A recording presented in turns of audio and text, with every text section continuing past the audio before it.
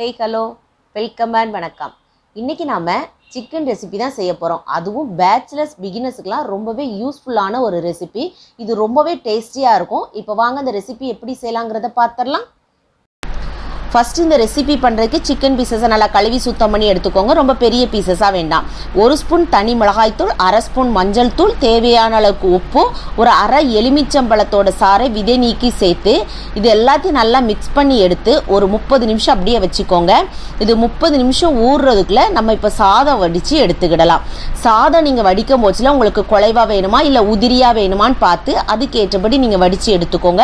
சாதம் வடிக்கும் போச்சுலே நீங்கள் உப்பு போட்டு வடிச்சிட்டிங்க அப்படின்னா அந்த சாதத்தில் உப்பு பிடிச்சி அந்த கறி சோறு சாப்பிடும் போதுல டேஸ்ட்டாக இருக்கும். இப்போ ஒரு கடாயை சூடுபடுத்திக்கோங்க. அதில் 4 ஸ்பூன் எண்ணெய் சேர்த்துக்கோங்க. இந்த எண்ணெய் நல்லா சூடேறவும் பட்டை, கிராம்பு, ஏலக்காய், சோம்பு சேர்த்து நல்லா பொரிய விடுங்க. இது நல்லா பொரிஞ்சு வரவும் இதில் ஒரு கைப்பிடி அளவுக்கு புதினா தலைகளும் ஒரு 2-3 பச்சை மிளகாவும் சேர்த்துக்கோங்க. இந்த எண்ணெயில் பச்சை மிளகாவும் புதினா தலைகளும் வதங்கும் போச்சுல ரொம்ப மனம் நல்லாயிருக்கும். இப்போ இதில் ஒரு பெரிய சைஸில் இருக்கிற பல்லாரி ஒன்றை நீள் வாக்கில் அரிஞ்சிட்டு சேர்த்துக்கோங்க. இப்போ இதையும் நல்லா வதக்கி எடுத்துக்கோங்க. வெங்காயம் முழுமையாக வதங்கணுங்கிறது கிடையாது. இந்த அளவுக்கு நல்லா சாஃப்டாக வதங்கி வந்தால் போதும். இப்போ அடுத்ததாக இஞ்சி பூண்டு பேஸ்ட்டு சேர்த்துக்கோங்க. 2 ஸ்பூன் அளவுக்கு. இஞ்சி பேஸ்ட்டை காட்டிலும் பூண்டு பேஸ்ட் கொஞ்சம் அதிகமாக இருக்கிற மாதிரி பார்த்துக்கோங்க. நல்லா ஃப்ரெஷ்ஷாக அரைச்சி சேர்த்துக்கோங்க. அந்த கடாயில் அடி பிடிக்காதபடி நல்லா மீடியம் ஃப்ளேமில் வச்சு நல்லா பச்சை வாசனை போகிற அளவுக்கு இதை நல்லா வதக்கி எடுத்துக்கோங்க.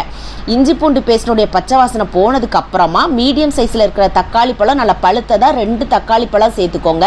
இந்த தக்காளி பழம் சீக்கிரமாக வதங்கணும், அதே சமயத்தில் நல்லா குழைவாக வெந்து வரணுங்கிறதுக்காக 2 கல்லுப்பு போட்டு வதக்கிட்டோம் அப்படின்னா அந்த தக்காளி பழம் நம்மளுக்கு நல்லா குழைவாக சாஃப்டாக வெந்து வந்துடும். இப்போ பாருங்கள், ஒரு 2 நிமிஷத்தில் தக்காளி பழம் இந்த அளவுக்கு நம்மளுக்கு நல்லா சாஃப்டாக வெந்து வந்துட்டு இப்போ மசாலா பொருட்கள்லாம் சேர்த்துடலாம். தீயை கொஞ்சம் கம்மி பண்ணி வச்சுக்கோங்க. 1 ஸ்பூன் அளவுக்கு தனி மிளகாய்த்தூள், 2 ஸ்பூன் தனியாத்தூள், ஒரு 3/4 ஸ்பூன் அளவுக்கு ஜீரகத்தூள், 1/2 ஸ்பூன் அளவுக்கு மஞ்சள் தூள் சேர்த்துக்கோங்க. இதில் காரம் மட்டும் உங்களுக்கு தகுந்தபடி நீங்கள் கூட்டி குறைச்சி சேர்த்துக்கிடலாம். இப்போ இது எல்லாத்தையும் நல்லா பச்சை வாசனை போகணும். அதனால் நல்லா வதக்கி எடுத்துக்கோங்க. எண்ணெய் இந்த அளவுக்கு பிரிஞ்சு வர்ற அளவுக்கு நீங்கள் வதக்கி எடுத்துக்கோங்க.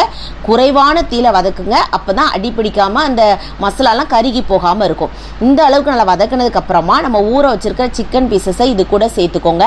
இந்த மசாலாலே நல்லா வேகிற மாதிரி பார்த்துக்கோங்க. எண்ணெய் கூட 2 ஸ்பூன் சேர்த்தோம் அப்படின்னா நம்ம மூடி போட்டு மீடியம் ஃப்ளேமில் வச்சோம் அப்படின்னா அதுலேருந்தே தண்ணி விழுந்து நல்லா நம்மளுக்கு சாஃப்டாக வெந்து வந்துடும். ஒருவேளை நீங்கள் பெரிய பெரிய பீசஸாக போட்டிங்கன்னா ஒரு 1/4 டம்ளர் அளவுக்கு தண்ணி ஊற்றி அதை நல்லா குக் பண்ணி எடுத்துக்கோங்க. நல்லா ஒரு 2-3 முறை நீங்கள் மூடி போட்டு நல்லா கலந்து விட்டீங்க அப்படின்னா அந்த சிக்கன் பீசஸ் எல்லாம் நம்மளுக்கு நல்லா சாஃப்டாக வெந்து வந்துடும். இப்போ பாருங்கள், நம்மளுக்கு நல்லா சிக்கன் பீசஸ் எல்லாம் சுருங்கி வெந்து வந்துட்டு இப்போ இந்த சமயத்தில் ஒரு கைப்பிடி அளவுக்கு கொத்தமல்லி தலைகளை சேர்த்துட்டு நல்லா கலந்து விட்டுக்கோங்க. கலந்து விட்டதுக்கப்புறமா நம்ம வடித்து வச்சுருக்க சாதத்தை இது கூட சேர்த்துடலாம். சேர்த்துட்டு நல்லா கலந்து விட்டுட்டு நீங்கள் சர்வ் பண்ணும் போதுல கொஞ்சம் கொத்தமல்லி தலையை சேர்த்து நீங்கள் தூவிட்டு சர்வ் பண்ணி பாருங்கள். டேஸ்ட் ரொம்பவே அட்டகாசமாக இருக்கும். இது பேச்சுலர்ஸ் பிகினர்ஸ் லஞ்ச் பாக்ஸ் ரெசிபிக்கெலாம் ரொம்ப அருமையான ரெசிபி. கண்டிப்பாக உங்கள் வீட்டில் நீங்களும் செஞ்சு பாருங்கள்.